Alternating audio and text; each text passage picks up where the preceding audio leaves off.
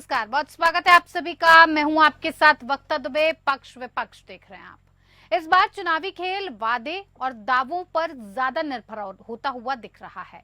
जहां बीजेपी कांग्रेस पर मुस्लिम आरक्षण लागू करने और विरासत टैक्स लगाने की आशंका जता रही है, तो वहीं कांग्रेस जनता से ये कह रही है कि बीजेपी सत्ता में आई तो संविधान को बदल देगी। जहां कांग्रेस दावा कर रही है कि बीजेपी को 140 सीटें मिलेंगी, तो वहीं बीजेपी 400 पार का नारा लगातार दे रही है।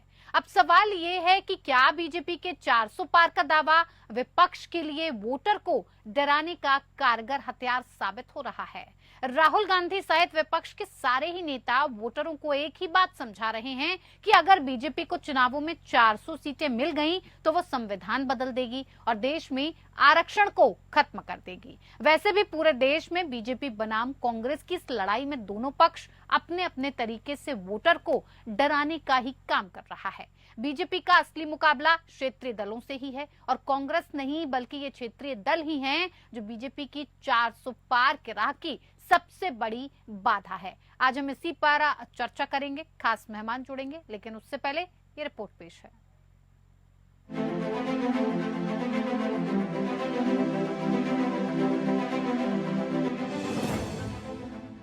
लोकसभा चुनाव बीजेपी बनाम कांग्रेस होता दिख रहा है। मोदी और राहुल की यही कोशिश है कि एक दूसरे पर सीधे हमला करें। इसी क्रम में प्रधानमंत्री नरेंद्र मोदी ने अंबाला में जनसभा को संबोधित करते हुए कहा, कांग्रेस को सिर्फ वोट से मतलब है। ये दिल्ली और हरियाणा में हाथ में झाड़ू लेकर घूम रहे हैं और पंजाब में कह रहे हैं कि झाड़ू वाला चोर है। आज मैं आपसे अगले 5 साल के लिए आशीर्वाद मांगने आया हूँ। 4 चरण के मतदान में इंडी गठबंधन के सभी दल चारों खाने चित हो चुके हैं। भाइयों बहनों,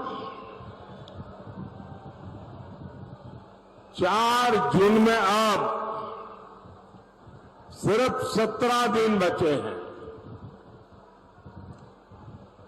4 चरणों के चुनाव में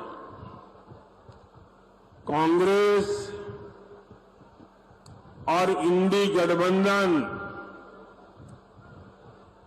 ये उनके सारे साथी, सारे दल 4 चरण में चारों खाने चित्त हो चुके हैं। ये चुनाव विचारधारा का चुनाव है।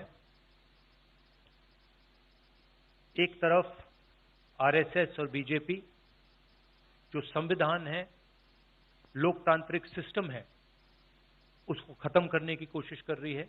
सबसे बड़ा बेरोजगारी, दूसरे नंबर पर महंगाई, भागीदारी। मगर बीजेपी 24 घंटा डिस्ट्रैक्शन करने में लगी रहती है।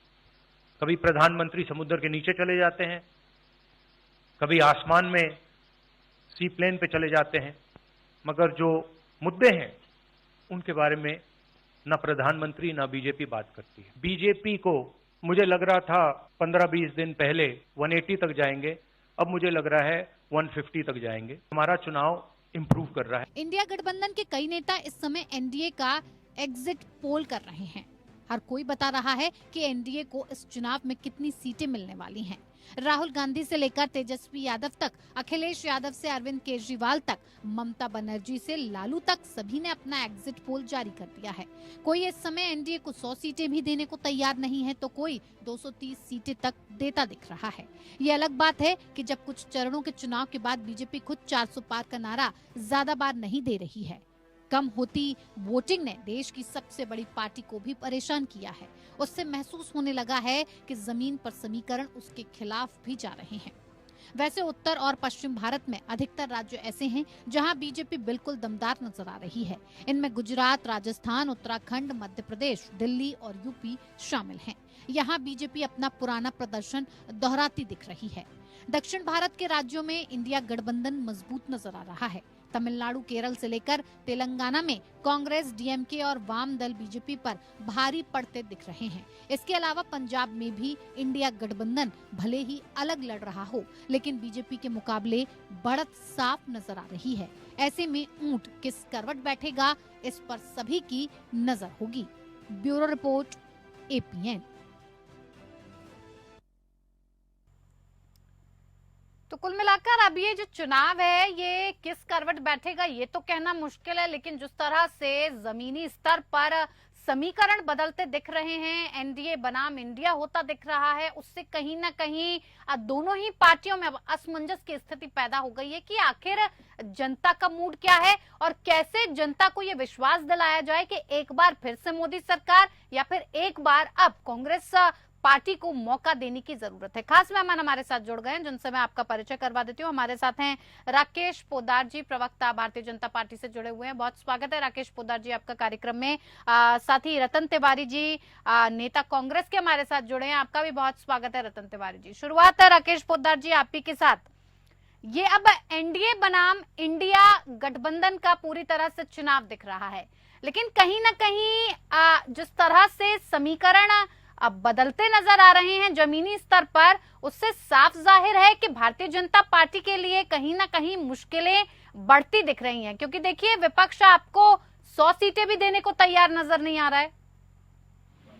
देखिए, विपक्ष की बात हम जो आप चैनल पे उठाए जा रहे हैं, विपक्ष से हमें कोई लेना देना नहीं। हमें 140 करोड़ जनता हमें वोट दे रही है, 140 करोड़ जनता का आशीर्वाद मुझे प्राप्त है। और नरेंद्र मोदी जी की जो विकास कार्य हैं, जो विकास उन्होंने इस देश के अंदर किया है, चाहे वो 370 जैसे मुद्दे हो, चाहे राम जन्म मुद्दे हो, राम मंदिर का मुद्दा हो, चाहे विकास के जितने भी कार्य 35 किलोमीटर प्रतिदिन सड़क बनाने का हो, 3 करोड़ घर बनाने का हो, चाहे विश्वकर्मा योजना हो, चाहे दिव्यांग योजना हो, चाहे लाडली बहना वाली योजना हो, जो 1 करोड़ करोड़पति दीदी को हम लोगों ने करोड़ लखपति बनाया, मतलब बहुत सारी योजना।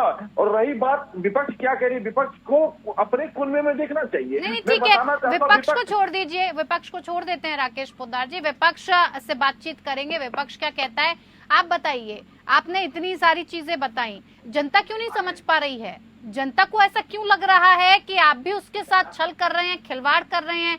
वोटिंग प्रतिशत को अगर देखें तो कहीं ना कहीं यही नजर आ रहा है कि जनता भी आपसे संतुष्ट तो नहीं नजर आ रही है। नहीं, वक्ता जी, मैं स्पष्ट रूप से कहना चाहता हूँ कि जनता के जो जितने मुद्दे थे उस पर हम लोगों ने काम किया। जनता हम पर विश्वास करती है और हम लोगों को 2019 में 25 करोड़ वोट मिले थे। इस बार अभी हम लोगों ने 30 करोड़ लोगों को लाभार्थी बनाने का काम किया इस देश के अंदर, तो लगभग 30 करोड़ वोट तो मुझे मिल रहा है। लेकिन एक मिनट वक्ता जी, मैं आपको स्पष्ट रूप से कहना चाहता हूँ, और जनता हम पर विश्वास कर रही है। मोदी जी की गारंटी के साथ 17 राज्यों में हमारी सरकार चल रही है। आप देख सकते हैं, हम कोई भी चुनाव होता है जहाँ हम लोग जीतने का काम करते हैं, जो विकास के मुद्दे हो, चाहे बेरोजगारी हो, चाहे महंगाई हो, चाहे किसी और बातों पे हम लोग करें, हर काम को हम लोगों ने सब्जी के साथ हम लोगों ने सारे काम किया। ये भी तो समझाइए मुझे, कैसे जीतने का काम कर रहे हैं? आपका जो सीधा सीधा मुकाबला है वो क्षेत्रीय दलों से है, कांग्रेस पार्टी से तो छोड़ दीजिए आपका मुकाबला, लेकिन क्षेत्रीय दलों से सीधा सीधा मुकाबला है और क्षेत्रीय दल ही आपको आंख दिखाने में लगे हुए हैं। आंध्र प्रदेश की बात कर लें, जगन मोहन रेड्डी अभी फिलहाल आपके पक्ष में नजर नहीं आ रहे हैं। उड़ीसा की बात कर लें, नवीन पटनायक आपको साफ तौर पर कह रहे हैं कि जितनी बार आपसे बोला गया कि हमारी जनता के लिए कुछ कर दीजिए, मोदी सरकार ने हाथ खड़े कर दिए। नहीं, देखिए, चुनाव के जो लोगों विपक्ष के जो मुद्दे हैं उस पे नहीं, मैं 185 सीटों पे हमारा आंकड़ा है कि 185 सीटों पे इनसे हमारा मुकाबला है, 185 पे ही मुकाबला है। बाकी सीटें तो हम तो 272 तो अभी तक हम लोग जीत चुके हैं और हमें भरोसा है जनता हमें वोट करेगी मोदी जी की गारंटी पे। मोदी जी का गारंटी विकास ही नहीं है, मोदी जी का गारंटी है कि देश कैसे शक्तिकरण की ओर जाए, देश कैसे मजबूत हो, देश की स्थिति विश्व के पटल पर कैसे रखा जाए। मोदी जी की वो गारंटी, मोदी जी की गारंटी तो काम तो कर ही रहे हैं। विकास के मुद्दे, चाहे हम लोगों ने एम्स बनाने का काम हो, चाहे विश्वविद्यालय बनाने का काम हो, चाहे आयुष्मान कार्ड बनाने का काम हो, चाहे उज्ज्वला योजना का, बहुत सारे लोगों से कनेक्टेड हमारे मुद्दे और विकास के मुद्दे हम जनता के बीच में रखे हैं। जनता हमारे पर भरोसा कर रही है, इसीलिए 10 सालों में हम लोगों लगातार 17 राज्यों में सरकार बनाए हैं। ठीक है रतन तिवारी जी, देखिए वो कह रहे हैं कि आप चाहे जितनी सीटें दें, फिलहाल तो जो सी वोटर का सर्वे आता है वो तो अभी विपक्षी पार्टियां कर रही हैं। तमाम दावे वादों के बीच इस बात का सवाल उठ रहा है कि भारतीय जनता पार्टी को तो 140 सीटें भी नहीं मिलेंगी। क्या डर दिखाकर आप वोट लेना चाहते हैं? अब एक नया हथियार सामने आया है पक्ष और विपक्ष दोनों के पास कि जनता को डराओ तमाम मुद्दों को उठाकर, तो जनता तो वोट करेगी, जाएगी कहाँ? इसे हथियार बनाएंगे अब आप? देखिए वक्ता जी, पिछले 2019 की अगर बात की जाए तो 2019 में कांग्रेस पार्टी 206 नंबर पे दूसरे नंबर पे थी। और वक्ता जी, मजे की बात यह है कि 2019 में भारतीय जनता पार्टी को 37% वोट मिले थे और यहीं विपक्ष को 63 के ऊपर वोट मिले थे। उस समय विपक्ष पूरी तरीके से बिखरा हुआ था, भारतीय जनता पार्टी को उसका फायदा हुआ। इस बार विपक्ष एक होके चुनाव लड़ रहा है और हमने पहले ही साउथ के दरवाजे इनके लिए बंद कर दिए और जहां भी करीब करीब मुझे लगता है कि 282-83 सीटों पे 382-83 सीटों पे मतदान हो चुका है। वो सब अगर जोड़ लिया जाए तो भारतीय जनता पार्टी लगभग 100 सीट के आसपास खड़ी हुई है। 163 सीटों पे अभी मतदान होना बाकी है। इस बात से इतना श्योर कैसे हैं, ये तो समझाइए। मैं बता रहा हूँ। इस बात पर आप मोहर कैसे लगा रहे हैं बिना परिणाम आए कि 100 सीटें मिलेंगी? मैं अभी बता देता हूँ। देखिए, बहुत सारी सीटों का हम लोगों ने समीकरण बैठाया। उस समीकरण के आधार पे मैं बात कर रहा हूँ कि बिहार में इनकी स्थिति बिल्कुल नाजुक है। बिहार में इनको पूरा का पूरा एनडीए को बिहार की जनता ने सौंप दिया था। मात्र एक सीट जो है वो कांग्रेस पार्टी जीती थी। उत्तर प्रदेश में सब कुछ इनको एनडीए को सौंप दिया था उत्तर प्रदेश की जनता ने। और आप चले आइए, मध्य प्रदेश, राजस्थान, महाराष्ट्र, छत्तीसगढ़, झारखंड, तमाम ऐसे स्टेट हैं, पूरा का पूरा भर भर के दिया। और साउथ में चले जाएंगे तो तेलंगाना ने भी दिया और कर्नाटक ने दिया। तो क्या आज आपको ऐसा लगता है कि जो वो परिस्थिति थी आज की परिस्थिति है? बिल्कुल नहीं है। इस बार जनता ने ये फैसला लिया है कि भारतीय जनता पार्टी के जुमलों के ऊपर प्रहार करना है, इनके झूठे वादों के ऊपर प्रहार करना है। और जो मोदी की झूठी गारंटी है, चाहे 2 करोड़ रोजगार की बात हो, 15-15 लाख रुपए की बात हो, काला धन लाने की बात हो, सबके ऊपर जनता प्रहार करने वाली है। और मैं आपको बड़ी बात बता दूं, 4 जून को जो परिणाम आएंगे वो भारतीय जनता पार्टी को भी आश्चर्यचकित परिणाम दिखेंगे। ठीक है, क्योंकि हम उत्तर प्रदेश में भी भारतीय जनता पार्टी को इतना पीछे कर देंगे तो कभी सोचे भी नहीं होंगे जी। ठीक है। राकेश पोद्दार जी, जिस तरह के समीकरण की आप बात कर रहे हैं वो जमीनी स्तर पर तो दिखाई दे नहीं रहे हैं। रतन तिवारी जी कह रहे हैं। देखिए वक्ता जी, मैं स्पष्ट रूप से कहना चाहता हूं, जो कांग्रेस मात्र 300 सीटों पर चुनाव लड़ रही है वो कह रही मैं सरकार बनाने जा रहा हूं, बड़ा हंसी आती है। और रही बात ये कह रहे हैं हमारा vote percentage Bharatiya Janata party का 2014 में 52% वोट आया था, 19 में 57% वोट आया था। इस बार एनडीए घटक दल को 65% वोट आ रहा है, इसीलिए तो हम लोग कह रहे हैं 400 के पार जाएंगे। रही बात, नारा भी आजकल सुनने को क्यों नहीं मिल रहा है भारतीय जनता पार्टी के मुंह से के साथ कि अब की बार 400 पार मोदी सरकार? अभी तो तमाम मंचों से मोदी जी की रैली हो रही है, ये नारा नहीं सुन पा रहे हैं हम। वक्ता जी, थोड़ा सा बोलने का समय मिला जाए, आपने रखा विषय तो मैं पूरी स्पष्ट। और जिस भाई साहब ने हमें कहा दक्षिण भारत में वोट नहीं मिल रहा है, 91 सीट है दक्षिण भारत के अंदर, और तमिलनाडु की बात कर लें, चाहे केरल की बात कर लें, चाहे आंध्रा की बात कर लें, और हम भारतीय जनता पार्टी के पास शक्ति केंद्र होता है, पन्ना प्रमुख होता है, बूथ कमेटी होती है। तो सारी कमेटियां हमारी जो है बूथ स्तर पर जो काम करती है, पन्ना प्रमुख का काम क्या है वक्ता जी, मैं स्पष्ट रूप से करना चाहता हूं कि जो वोटर लिस्ट होते हैं उसमें से एक पन्ना हम लोग एक कार्यकर्ता को देते हैं, एक जनता के बीच में जाते हैं, उनके घर घर जाके बताने का काम करते हैं, विकास के काम। और हम दोबारा फिर उनके पास जाते हैं तो हम लोग पूछते हैं कि आपने वोट डाला? वो कहते हैं हाँ हमने वोट डाला। किनको डाला? मोदी जी को डाला कि इंडी गठबंधन को डाला? स्पष्ट रूप से वोट होने के बावजूद फिर हमें पता लगता है, इसीलिए हम कहते हैं 272 को जीत रहे हैं। यही कांग्रेस पार्टी का कोई विजन नहीं है। हमसे पूछिए हमारा क्या विजन है, चाहे 14, चाहे 19 और चाहे अभी 24 में हमारा विजन है। इन लोगों के पास कोई विजन नहीं है। राहुल गांधी जी जनता को डराने के सिवा क्या विजन है? राकेश पोद्दार जी, एक बात को लगातार कहा जाता है कि अगर कांग्रेस पार्टी आ जाएगी तो आपको जिस तरह से ये दावे हैं, मैं बता देती हूँ एक बार पढ़कर आपको, कि आरक्षण लागू कर दिया जाएगा, आरक्षण को छीन लिया जाएगा, विरासत टैक्स लगाया जाएगा और तमाम तरीके के जनता को डराने की बातें आप कर रहे हैं।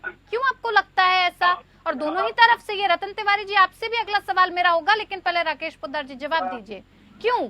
देखिए, आरक्षण की आपने बात कही, बहुत अच्छी बात है। मैं कहना चाहता हूं कि पूर्व प्रधानमंत्री मनमोहन सिंह जी अक्टूबर 2006 में उन्होंने कहा था कि देश के संसाधनों पे पहला हक अल्पसंख्यक कहे होते वक्ता जी, मैं बहुत खुश होता, लेकिन अल्पसंख्यक के साथ मुस्लिम की बात कर रहे हैं। और कर्नाटक की सरकार वहां पे SC और ST और OBC का आरक्षण का दायरा कम करते हुए वो कहते हैं कि मैं आरक्षण तो मुस्लिम इसका को मतलब दूंगा। क्या, आप जनता के मन में डर पैदा करेंगे? देखिए, हम लोगों ने डर नहीं पैदा किया, हम लोग स्पष्ट रूप से कहना चाहते हैं, आरक्षण की बात लालू प्रसाद यादव जी जिस दिन चुनाव होता है उस दिन कहते हैं कि मुस्लिम को आरक्षण देना चाहिए। हमारा संविधान कहता है कि सत्ताजी धर्म के नाम पर आरक्षण किसी को नहीं मिलेगा। आरक्षण देने की बात थी, भारतीय जनता पार्टी ने 10% आरक्षण भारतीय जनता पार्टी ने सवर्णों को दी, जिनकी आर्थिक स्थिति खराब थी, ब्राह्मणों को दी, भूमिहार जाति को दी, राजपूत की दिया, बनिया जाति को दिया गया, जिनकी आर्थिक स्थिति खराब थी। हम उसकी बात करते हैं, इनकी बात हमेशा तुष्टिकरण वाली होती, मुसलमान सुनते सुनते इस देश को 80 साल हो गए, 75 साल हो गए सुनते। रजत तिवारी जी, आप भी यही बात दोहराते हैं, आपकी तरफ से भी यही बात की जाती है कि अगर भारतीय जनता पार्टी आई तो संविधान बदल देगी, देश में आरक्षण को खत्म कर देगी। ये आप जनता को डराने का काम क्यों कर रहे हैं? इतना डरा दो कि वोट करने आ जाए, ये तरीका सही है क्या? वक्ता जी, 2014 का जब चुनाव चल रहा था तो उस समय यही भारतीय जनता पार्टी के नेता खुद प्रधानमंत्री नरेंद्र मोदी इस देश की जनता के सामने बोल रहे थे कि अगर कांग्रेस पार्टी की सरकार आती है या अगर भारतीय जनता पार्टी नहीं आती है तो हिंदुत्व खतरे में पड़ जाएगा। हिंदुत्व के नाम पे उन्होंने वोट ले लिया, सरकार बना ली, बहुत बड़े बड़े वादे भी किए। 2019 में उन्होंने पुलवामा के नाम पे, जवानों के नाम पे वोट लेके सरकार बना ली। आज ये देखिए ना, आज मुद्दों के आधार पे वोट मांगने की जरूरत है, उनके किए हुए कार्यों के आधार पे वोट मांगने की जरूरत है। देश का प्रधानमंत्री, अरे सुन तो लीजिए पोद्दार जी, देश का प्रधानमंत्री कहता है कि 15% मुसलमानों को आरक्षण दे दिया जाएगा। देश का प्रधानमंत्री कहता है कि आपके गले का मंगलसूत्र छीन लिया जाएगा। देश का प्रधानमंत्री ये कहता है कि अगर आपकी 2 भैंस है तो 1 भैंस हम छीन लेंगे। देश का प्रधानमंत्री हिंदू, मुसलमान, तालिबान, पाकिस्तान की बात करता है। अगर आपने काम किया है, बहुत अच्छी योजनाओं पे काम किया है, तो अपने काम के बारे में बताइए ना। काम की चर्चा होनी चाहिए, विकास कार्यों की चर्चा होनी चाहिए, लेकिन यह धर्म के आधार पे भगवान श्री राम के नाम पे चुनाव लड़ रहे हैं। और देश की जनता समझदार है, इस बार भगवान श्री राम कांग्रेस पार्टी जो यह मुखौटा बना रहे वो काम नहीं आएगा। कांग्रेस पार्टी तुष्टीकरण की राजनीति नहीं करती क्या? मैं तो आपको बता रहा हूँ कौन सी तुष्टीकरण की राजनीति की। 50% से ऊपर के आरक्षण की मांग क्यों हो रही है सर? क्यों करेंगे आप? मैं एक ही चीज कहता हूं, कांग्रेस पार्टी का मैनिफेस्टो सभी को पढ़ना चाहिए। और स्वयं मैं बार बार कह रहा हूं कि राहुल गांधी जी बड़े बड़े मंचों से कह रहे हैं कि 1 जुलाई को जैसी हमारी सरकार बनेगी, 1 जुलाई को जब आप अपना खाता खोलेंगी महिलाएं, 8,500 रुपए खटाखट आने लगेंगे। साल का 1 लाख रुपया देने जा रहे हैं, 30 लाख सरकारी नौकरी देने जा रहे हैं। वो भी तो वर्गीकरण कर दिया होगा आपने। महिलाएं तो बहुत हैं, आधी आबादी का नाम है महिला, आधी आबादी मानते हैं ना, आधी आबादी को दे देंगे आप, सम्मान भी करते हैं। आधी आबादी को दे रहे हैं, ये कह दीजिए आप कि हम पूरी आधी आबादी को दे रहे हैं, इसमें किसी तरह का कोई वर्गीकरण नहीं किया गया है। कोई वर्गीकरण नहीं है, हम सारी गरीब महिलाओं को देने जा रहे हैं। गरीब अमीर क्या हुआ सर? आधी आबादी मतलब आधी आबादी, गरीब अमीर क्या वर्गीकरण हो रहा है ना? मैं आपको बता रहा हूँ कि अगर हमें आज उन लोगों को देने की जरूरत है जिससे प्रधानमंत्री ने 10 वर्षों तक लगातार उनकी जेब में डाका डाल के उद्योगपतियों के जेब में पैसा डाला है। आज जरूरत उन महिलाओं के है जिनको 1200 रुपए गैस का सिलेंडर भरवाने के लिए पैसा नहीं, जिनके रसोई में आग लगी है, एक बात जिनके बताइए, बच्चे स्कूल नहीं जा पा रहे हैं। रतन तिवारी जो टैक्स पेयर हैं, जो टैक्स भर रहे हैं, तो फिर तो आप ये कहेंगे कि जो टैक्स भर रहा है उसे तो किसी चीज की जरूरत नहीं है, लेकिन डाका तो उसके भी जेब पर भारी पड़ रहा है ना? क्या वो महिलाएं इसमें शामिल हैं जो टैक्स पेयर हैं, या वो इस श्रेणी में नहीं आती? सारी महिलाओं को हम इसमें शामिल करने वाले हैं। और आपको स्ट्रिक्टली मैं बता दूं, क्लियर कट बता दूं कि यह देश की सरकार, देश की जनता की सरकार बनने जा रही है। 4 जून को प्रधानमंत्री नरेंद्र मोदी पूर्व प्रधानमंत्री हो जाएंगे, ये निश्चित हो चुका है। ठीक है, राकेश पोद्दार जी कई वो तो कह रहे हैं किसी तरह का कोई वर्गीकरण नहीं है, आप वर्गीकरण में फंसे हुए हैं। SC, ST, OBC और तमाम जातियों को लेकर ये पूरा चुनाव खेला जा रहा है, लगता है आपको इससे फायदा हो पाएगा? देखिए, हमने तो स्टार्ट चुनाव जब स्टार्ट हुआ तो हम लोगों ने विकास की बात की। लालू प्रसाद यादव भी 3 मार्च को गांधी मैदान के अंदर कहते हैं कि मोदी जी का कोई परिवार नहीं है, मोदी जी सनातन में स्टार्ट वहां से हुई। तेजस्वी प्रसाद यादव भी अपने प्रोग्राम में कहते हैं। मेरा क्या सवाल था राकेश पोद्दार जी, लालू जी ने क्या कहा, तेजस्वी ने क्या कहा, छोड़िए ना, ये बताइए कि आपका क्या स्टैंड होगा, क्या किस तरह से आप कर रहे हैं? आपको लग रहा है जनता मान रही है आपके विजन को? आप रख पा रहे हैं जनता को अपना विजन? देखिए, जनता हमारी विजन को मान रही है। हमारा जो संकल्प है 70 वर्ष के बुजुर्ग को स्वास्थ्य की चिंता भारतीय जनता पार्टी और देश के प्रधानमंत्री करेंगे। 70 वर्ष के कोई भी हो, चाहे गरीब हो चाहे अमीर हो, कोई भी हो। उसके बाद हम लोगों ने 2 करोड़ लखपति दीदी बनाने का एजेंडा रखा है। सीनियर सिटीजन की जो कंसेशन फीस थी रेलवे में, वो तक तो आपने अभी तक लागू की नहीं, आगे की कैसे बात की जाए सर? देखिए, मैं स्पष्ट रूप से वक्ता जी कहना चाहता हूं, देश के अंदर हम लोगों ने बेरोजगारी से, महंगाई से, सबसे निजात दिलाने का काम किया। किसी भी विषय पर, चाहे रेलवे की आपने कहा, रेलवे में भी हम लोगों ने नौकरी दी। देश के प्रधानमंत्री ने अपने हाथों से 10 लाख नौकरी उन्होंने दिया 2022 अक्टूबर से लेकर 23 नवंबर तक देने का काम किया, और 1 करोड़ को सरकारी नौकरी देने का 17 राज्यों में जहां हमारी सरकार है और केंद्र सरकार मिला के देने के नौकरी देने का भी काम किया। और यही से हम लोगों ने एक भी नौकरी नहीं मिली है। झूठ बोलने का काम मत करिए। नहीं, झूठ नहीं, मैं आंकड़ों पे बात कर रहा हूँ भाई साहब, मैं झूठ नहीं बोलता हूँ। कोई आंकड़ा नहीं आपके पास, झूठ नहीं बोलती है। 33% 1 करोड़ कहाँ से आप सरकारी नौकरी दे देंगे? सुनिए, 33% आरक्षण देने, महिलाओं की देने की बात थी। कांग्रेस की सरकार कहती थी कि इसमें भी बताइए ओबीसी को कितना दे रहे हैं, इसमें दलित को कितना दे रहे हैं, महादलित को कितना दे रहे हैं। मतलब इनकी ध्रुवीकरण देखिए। ये राजीव गांधी का सपना हुआ और हम इस बिल के समर्थन में खड़े थे। कभी भी देश के प्रधानमंत्री कहते हैं देश के अंदर सारी जाति है, गरीब है, किसान है, महिला है, युवा है, जिस तरह से ये जो दल है, राजनीतिक दल, जिस तरह से आप लोग आरोप लगाते रहते हैं, एक दूसरे पर चढ़ने की कोशिश करते हैं, आपको लगता है कि इन सारी दलीलों के बाद, इन सारी चीजों को देखने के बाद जनता आपको इन सब चीजों के लिए वोट करेगी? जो दलों को काम करना चाहिए जनता के लिए, क्या वो आप लोग कर पा रहे हैं? आपने खुद से सोचा है कभी? राकेश पोद्दार जी। देखिए वक्ता जी, भारतीय जनता पार्टी, देश के प्रधानमंत्री हमेशा विकास की बात करते हैं। चाहे 500 साल पुराने मुद्दे हो, चाहे 70 साल पुराने मुद्दे हो, चाहे ज्वलंत मुद्दे अभी के देश के अंदर हो, सारे मुद्दे पे हम लोग काम करना चाहते हैं, विकास की बात करते हैं हम हमेशा। लेकिन देश के प्रधानमंत्री से अगर धर्म की बात कीजिएगा तो धर्म की बात जरूर करेंगे। उनसे सवाल, आप एंकर हैं, आप हमसे सवाल पूछते हैं ना, धर्म की बात पूछते तो मैं धर्म से जवाब देता हूँ। आपने विकास की बात पूछा, भी मैंने विकास की बात कही। इन लोगों के पास कोई एजेंडा नहीं, कोई विजन नहीं है। इनका एजेंडा है। अरे आप बताइए ना, 10 वर्षों में आपने क्या काम किया, आप बता तो दीजिए। सुनिए, 10 वर्षों में 3 करोड़ लोगों को हम लोगों ने घर बनाने का काम किया, 16 करोड़ शौचालय बनाने का काम किया, 35 किलोमीटर प्रतिदिन सड़क बनाने का काम किया। शौचालय बनाने के लिए कितना रुपया दे रहे हैं आप? और घर बनाने के लिए कितना रुपया दे रहे हैं? बदलिए मत रत्न तिवारी जी, यही सवाल मेरा आपसे, मुद्दे को बदलिए मत। क्या जिस तरह की ये दलीलें आप लोग देते हैं, ये देख के जनता आपको वोट करे? ये इसी दिन के लिए आपको प्रतिनिधित्व करने के लिए बिठाया था जनता ने कि आप लोग आइए और आपस में एक दूसरे को कुछ भी दलीलें दे दीजिए, गाली गलौज कीजिए, एक दूसरे पर आरोप प्रत्यारोप करके अपना वक्त निकाल कर चले जाएं? क्या जनता को इसका जवाब मिल पा रहा है कि आपको जिस चीज के लिए बिठाया गया था आप कर पाए?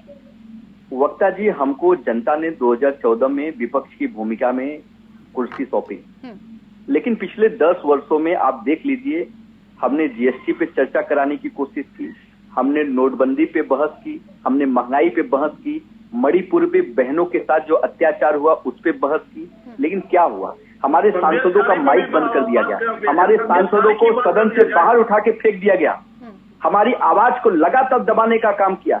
जो भी नेता प्रधानमंत्री से सवाल पूछता था उसके ऊपर ईडी सीबीआई की जांच लगाई गई, उन्हें जबरन जेल में डाला गया। तो आप सदन से वॉकआउट क्यों कर जाते हैं? नहीं, कहाँ हम वॉकआउट कर रहे थे? आप जब मणिपुर की बात आप कर रहे हैं, तो मणिपुर को लेकर जब हो रही थी बातचीत, तो आप वॉकआउट क्यों कर गए पूरी बात बिना सुने? जी, 2 घंटे तक प्रधानमंत्री मणिपुर पे बहस करने के बजाय गांधी परिवार, पंडित जवाहरलाल नेहरू और राजीव गांधी पर चर्चा कर रहे थे।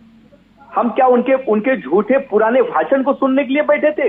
उन बहनों को न्याय कब मिलेगा उसकी बात कर रहे थे। न तो मुख्यमंत्री बर्खास्त हुआ, न तो सरकार बर्खास्त हुई, न तो वहां पे लिप्त पाए गए अधिकारियों पे कोई कार्रवाई हुई। तो हम क्या प्रधानमंत्री का झूठा भाषण सुनेंगे सदन में बैठ? भाई साहब, संदेश खाली का वक्ता जी से, संदेश खाली का तो रिपोर्ट सामने आ गया। संदेश खाली की जो बहनें हैं वो तो मीडिया में आके बोल दी कि भाजपा ने हमें पैसा दिया था फर्जी वीडियो बनाने वाले, झूठे आरोप लगाने के लिए। देश के गृह मंत्री का आप फर्जी वीडियो बनाते हैं, देश का गृह मंत्री का फर्जी वीडियो, देश की जनता जाग चुकी है, अटक से लेके कटक तक, कश्मीर से लेके कन्याकुमारी तक आपका चाल चेहरा चरित्र जनता के सामने आ चुका है। अब आपकी दाल नहीं गलने वाली है, नष्ट नाबूद हो जाएंगे आप लोग। जनता ने जिस तरह से उदासीनता दिखाई है और 4 चरणों के चुनाव संपन्न हो चुके हैं और आपको जिस तरह से वोट प्रतिशत नीचे खिसकता जा रहा है, उससे साफ तौर पर आप लोगों को जाग जाना चाहिए।